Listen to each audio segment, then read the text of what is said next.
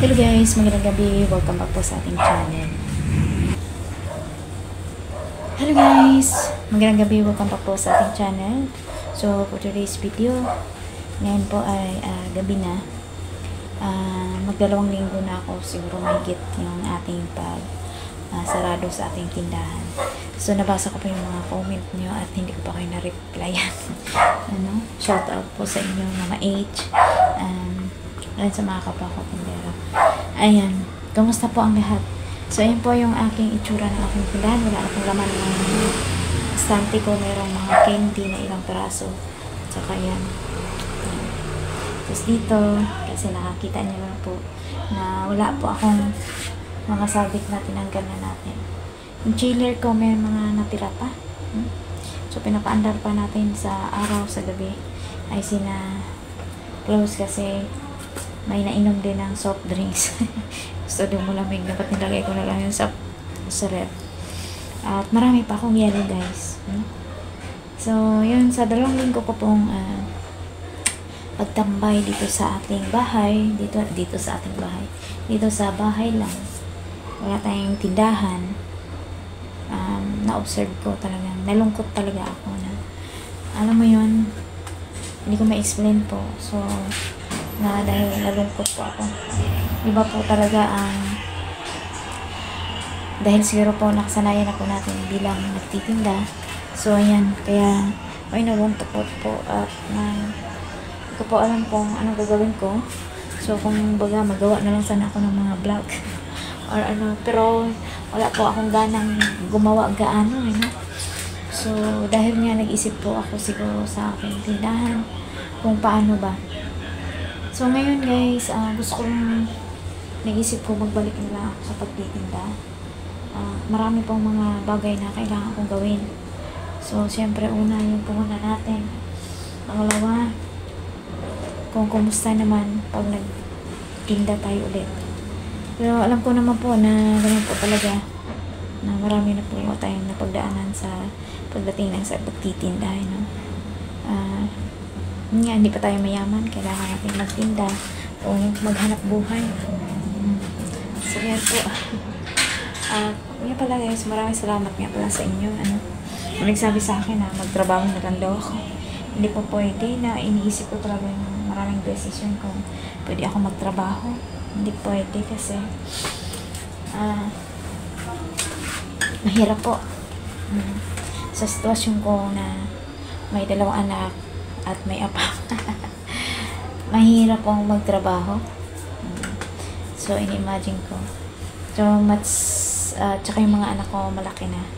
At mahirap na po silang malayo sa magulang kasi may mga sarili na silang mga decision. Para sa akin lang, iba-iba naman po tayo ng mga pananaw, Tapos, although marunong na sila, pero hindi pa talaga as in talagang yung aasahan mo, sa mga ganong edad nila, teenager na 15, 14, ganyan. Mahirap din po. Siyempre, hindi po madali, na wala tayo lagi sa bahay. Kaya naisip ko, magtinda na lang talaga. So, mga iba kong shampoo dyan, ay nandyan pa rin yung mga natira-tira. So, yun na lang po talaga ang mga paninda ko. Minsan, kinukuha ko po yung mga ibang items. So, meron pa akong mga chichirya. Pag gabi, pag may mga bata dyan sa harap na naglalaro, minsan nabili sila. Bawa yun, may mga chichirya pa na. Kaya nga naubos-ubos na yan Ayan, kaya bila natin. So, ayan. Nakakamiss. Kasi sa umaga, pag parang wala tayong trabaho, sa umaga na gising ka na, parang ayaw mong tumayo. Kasi pag may tindahan talaga kahit tinanghali ka, magkaroon ka ng determinasyon sa buong maghapon. Pag wala kang ganito, walang tindahan, magbihis ka lang ng bahay, or anong gagawin, kumbaga, hindi mo siya talaga, malayan mo na lang yung buong maghapon mo ay nagwalis ka lang pala sa maghapon. So, sa pag ganito, may tindahan, or meron tayong pinagkaabalahan na talagang, talagang magkaroon ka ng determinasyon sa iyong maghapon. So, ayan, nakakamiss magtinda din. Dahil ngayon, hindi ako nagtinda, kahit piso o 10 piso, pag wala ka talaga, walang barya. Although sa tindahan naman po yun, at least kahit pa paano, ramdam mo na may pera ka, kahit sa tindahan pa yun. Talagang wala kang mahugot, ano. So, hanggang na dumating na po tayo sa naranasan na po natin yung mga ganong sitwasyon. Kahit naman ngayon na may tindahan tayo, hindi rin po madali kasi yung po yung mga paninda natin ay pinaparuling lang natin, tapos kinukuha natin dito yung mga pamasahe ng estudyante. So, hindi naman ganun kalaki yung ating benta sa araw-araw. So, hindi po mag-provide talaga. Diba, kung kumita tayo ng 500, hindi po. Kasi minsan 500 yung benta, pero ito paano, mayroong barya. So, malaking bagay po talaga na kaysa wala, kumpara natin sa wala. So, yun, maraming salamat din po. So, sabi niya, patuloy lang. Ginawa ko po sa Lord na nakapagpatuloy pa rin ako sa pagtinda. Kaso sa ngayon, nahiya akong mangutang ng pangkonan. So, sige lang. And, yeah. Nawa kapagtinda po ako ulit. Ayan po yung itsura ng aking tindahan. At nasanay na din po yung mga tao dito na may tindahan. Siguro kung nagbalik po ako sa pagtitinda, hindi na ako magtinda ng sigarilyo kasi meron dito mangutang sa akin. Talagang 900. Simula pa March, hindi po binayaran. Pasko na. Pero madalas yung kinuha nun ay sigarilyo. Kaya parang huwag na ako magsigarilyo at mag-alak kasi naipang mga pangbata kasi hindi ako. Tsaka bago kami dito. Alam mo yun? Pero nawa naman, naisip naman magbayad. Siningil ko, mag-antay-antay lang. Baka sa Pasko. So, ayan. Maraming salamat.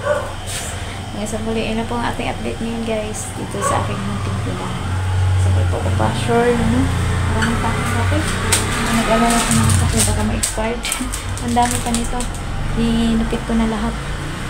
Lahat ang mga pakit. So, ayan. Ayan, maraming salamat po sa inyong lahat. Thank you na hindi po kayo nagsawang manood sa aking mga video.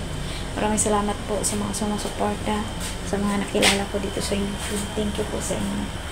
Minsan po, mahirap po mag-decide, no? Mahirap po. Salamat. Thank you so much sa Tishawi, sa Cielo. Naalala ko po yung killer, at yung ice ko doon sa rep. Nagbigay ng si Mama M. Thank you po sa inyong lahat. Sobrang namiss ko po yung mga pagtitinda. Dahil po, dito lang po ako kumukuha ng ating piso-piso natin kita. Ayan. Maraming salamat po. See you in my next vlog. And update lang po tayo sa ating buhay tindera, buhay nanay. So, maraming salamat. See you in my next vlog. And God bless po everyone.